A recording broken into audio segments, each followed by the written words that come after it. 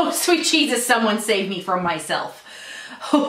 I love Sephora sale time. I have not been shopping there lately, and after this I feel like I should probably put myself on a no-buy for like a century, which I just might. I may actually try and do like a 1 or 2 month no-buy just to see if I can do it, just out of principle. However, let's get into it because I got a big box of stuff that I'm super pumped about, and I want to show you what I got.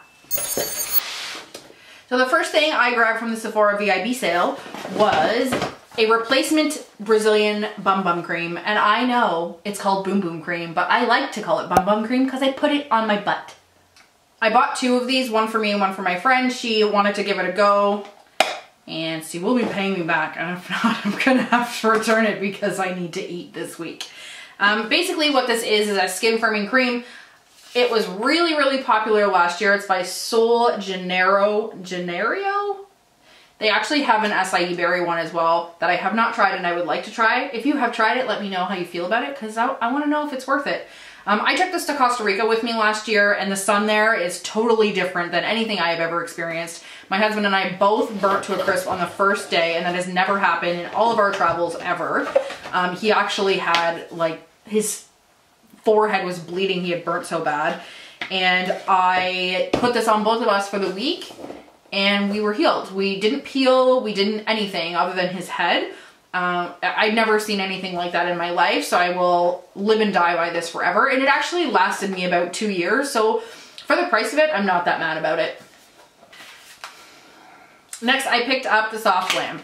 I know that I said I was kind of disinterested in it, but then the collector in me got the better of me and I felt like I needed to pick it up. So that is where we're at with this. I know you've seen it before and I know that people are kind of on the fence about it, but something I find funny is I've actually used this a few times and found myself reaching for it in the last 2 days. Like I actually keep reaching into the box to grab it out and be like, well, I can pair this with this and it will be really easy. So I'm actually really liking it and I'm not disappointed in myself at all for picking it up. I'm glad I completed the collection, which I'm sure is not complete. I'm sure there'll be another one. But one thing I will say is there is some repeats in colors. Like I know that Orange Soda is in Lavish. I know that Tempura is in Modern Renaissance, and Dusty Rose, I believe, is in the Artist Palette. So I'm going to actually do a thorough review and see if I can find all of these shades in their other palettes. I just noticed those ones quickly. Sienna's in another palette as well. I think Sienna is also in Lavish, which I love. Lavish is a palette that I reached for constantly, and then is one of those ones I stopped using because I was afraid that I was going to use it all up and it's limited edition, and because that's my mentality, I don't know. Another thing I would like to note is when Subculture came out, people were losing their shit because when you put your brush in, it kicked up so badly. I've only used Burnt Orange today on my eyes as we speak. And I am not a savage with my palettes in the slightest. And look at that kick up. I was not bothered by Subculture, and I can truthfully say I'm not bothered by this either. All I am calling out is I find it hilarious that some of the kick up in this is just as bad as Subculture, and nothing. No sounds. I hear no one complaining. I like all three. This one, Subculture, and Modern Renaissance. I've had no complaints. My Subculture was fine. It was great. I still reach for it all the time. Just thought it was funny. It was like drama for the sake of drama. Next item up, and I was totally sucked in by the packaging on this one, is the Smashbox with Vlada Petal Metal Highlight. My middle name is Rose, for those of you who don't know, and this is literally a rose package highlight. I got the shade Gilded Rose because it was the lightest one. The other two I think were a little bit darker for me, but I love seeing highlights that are a little bit more inclusive. That was awesome. I love the way they did that. I haven't even touched this yet because I wanted to take a picture of it, and I'm still not going to touch it because I want to take a picture of it. Anything that I bring out in this haul video though, you tell me what you want like a thorough review on and I will do that for you. I also happened to pick up the Urban Decay Velvetizer. I've been going back and forth on trying something like this. Basically what this is a mixing medium. You can put it in your foundation, you can put it in whatever you want really, and it like mattifies and gives a velvet finish. I don't know who is that into makeup community drama, but Tati actually pulled the label off of hers because she had heard a rumor that they had reused Naked Skin and resold it, and there was a big drama about it. I wrote a blog about it. Not about the drama, about how the drama was stupid, because I believe that most of the drama in the makeup community is stupid. And basically what they had done is recycled packaging that they had already bought and paid for. And you know what? At the end of the day, it's actually a good idea to do that. Who really cares what the label says? The ingredients are not the same. It's obviously not the same product. Why, as a consumer, would we want them to go and pay for another 20,000 units of a container just to make it different if they already had the same thing? You know who's paying for that in the end, right? We are. Come on, guys. It's not that big a deal. So another thing I picked up, and I know it's just a mini, is the Gold Rush Benefit Blush. The reason I bought the mini is I'm trying to be a little bit smarter about things that I buy. I'm rarely making it through blushes, I'm rarely making it through eyeshadow palettes, so I'm okay with the minis. I'm okay with buying things that are a little bit less money, even if it's not like value for value. If I'm not going to use it up in the end anyway, what difference does it make? I still didn't pay $32 for the full price one. I paid $20 for the smaller one, which I still probably won't get through. So this had a gold overlay on it, which the first time I used the blush looked amazing, but now the gold overlay is pretty much gone, so that's disappointing. But so far so good. I don't know if I'm going to end up keeping this. I'm unsure when the gold overlay is off, if this is going to be dark enough for me. It's a pretty light blush, so we are going to have to make that judgment call closer to. So what I'm wearing on my eyebrows today is the 24 Hour Super Brow from Kat Von D, and this is the Longwear Pomade. I wanted to give this a go. I got the shade Graphite. I wanted to give this a go because I have been wearing Anastasia Beverly Hills for a very long time, their Dip Brow, and it dries out in the pot too fast, in my opinion.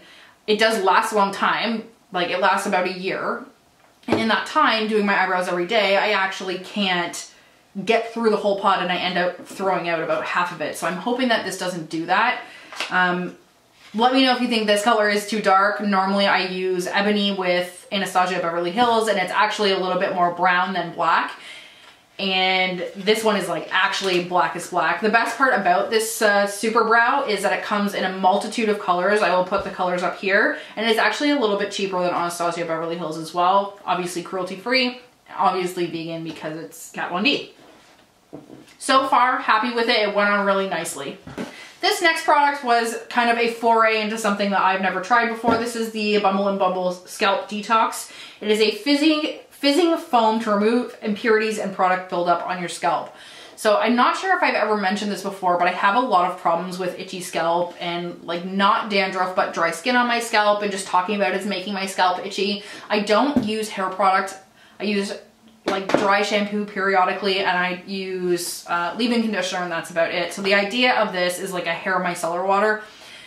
I don't have a lot of faith that it will work, but I did want to try something to see if I could get rid of some of the buildup and some of the stuff that bugs me on my head. I used it today, and until right this second I was not itchy. I did notice that when I was blow drying my hair, my roots had a little bit more lift, so I'm hoping if I use it a few times that it will actually really help and like bring some body back to my hair and heal my scalp a little bit. I'm gonna try it 3 times. If it doesn't work, I'm gonna take it back. This truly was a purchase of like throwing up a hope in the wind. Another palette I picked up, this was actually from the sale page. So like sale on a sale, gotta love that. This is the NARS Danger Control palette. And I don't know why this bothers me, but when you are this way with the NARS logo on the right way and then you turn it around, the other logo is upside down, like the actual sticker on the back. That's weird to me, that bugs me. I'm such a weirdo with packaging. This is what the palette looks like. It's kind of like a weird duochrome-y, like, I don't know how to explain it. It's really just a bunch of shimmers. I'm not sure if I'm gonna hold on to this or not. It seems really chalky. I watched Tati do a video on it and she didn't like it either, and then that made me feel more validated in my not liking it. I don't buy a lot of NARS products because obviously they aren't cruelty-free. I'm not a cruelty-free channel, but if I actively know something is really not that good, I try and stay away from it, so I don't have a ton of stuff from NARS. But I also don't really think they're the best quality. I was giving them another chance with this sale product, but typically it's on sale for a reason. I did pick up a little mini Visart Pro. I thought it was actually going to be bigger than it is, but it's not. But this is what it looks like. When I did my blog post about what I was going to pick up in the VIB sale, I did actually have this and I did end up buying what I said I was gonna buy. I have not tried it yet, I haven't swatched it yet, so I will do a review on how I feel about Visart in general. I have not actually tried anything from this brand yet. So I'm looking forward to it. This is the Petite Pro for anybody wondering. There are two. I will put a photo of the other one up here. If I remember correctly, I think it's a little bit more neutral and more brown. Almost there. I was trying to be a little bit smart about my purchases. This is Clinique's Take the Day Off. It is a cleansing balm. It's basically, it looks like wax in a container, but it's not actually wax, obviously. I'm almost through mine and I wanted a replacement. So if you prefer cleansing balms to oils, this is really great. This lasts me probably 3 months, maybe a little bit more, and that's taking off a full face of makeup every single day. Another product that I said I probably wasn't gonna buy, and then I did, I was totally sucked in by the packaging and totally sucked in by Emily Noel, is the Tarte Mermaid palette, which if you haven't seen it, looks like this. The outside is like a leather, it's not obviously really leather, but leather feeling kind of shell imprint, and I really liked how it looked. It was totally one of those things when I bought it for the packaging. However, when Emily Noel did her video of products that surprised her and products that she had originally said no to, this was one of them, and she did say that it was really great and that she found herself reaching for it all the time. I'm hoping I have the same thing happen for me. I'm actually going to be doing a similar video very soon on products that I myself had either anti-hauled or talked shit about and that I ended up buying at the end of the day and either liked or I just want the point to get across that sometimes in anti-hauls we think we're not going to buy something, or we are going to prejudge something pretty quickly or think it's not that great. I feel like I did that with the Soft Glam and I'm actually reaching for it all the time. So watch out for that video. It's actually probably going to be kind of funny. I'm going to call myself out on some of my own shit. I think we are at the last product. So I had said again in my blog that I was going to pick up the Tatcha kit. I hadn't tried anything from them, so this is skincare for makeup lovers. It is their little kit of basically skincare that is targeted at makeup lovers. So it comes with the Luminous Dewy Skin Mist. The bottle is glass, so this is a little bit more expensive skincare, but the packaging, you're totally paying for it. There's a one-step Camellia cleansing oil and then a Violet Radiance mask. So I've only tried the skin mist once, and when I have more thoughts on this, I will do a review. I have a thing with skincare and just generally not sure how I feel about it and if it's worth the money. I finally pulled the trigger on some stuff from The Ordinary and I have been trying it and I have liked it. I truly have liked it. Not sure how necessary it is, but there's that. Anyway, guys, I hope you enjoyed this haul. I really did go a little crazy this year. I totally recognize that. I am likely gonna go on a no buy for a while, like I said, but you will see reviews on all of this. Let me know down below what you wanna see first. Thank you so much for watching and have an awesome day.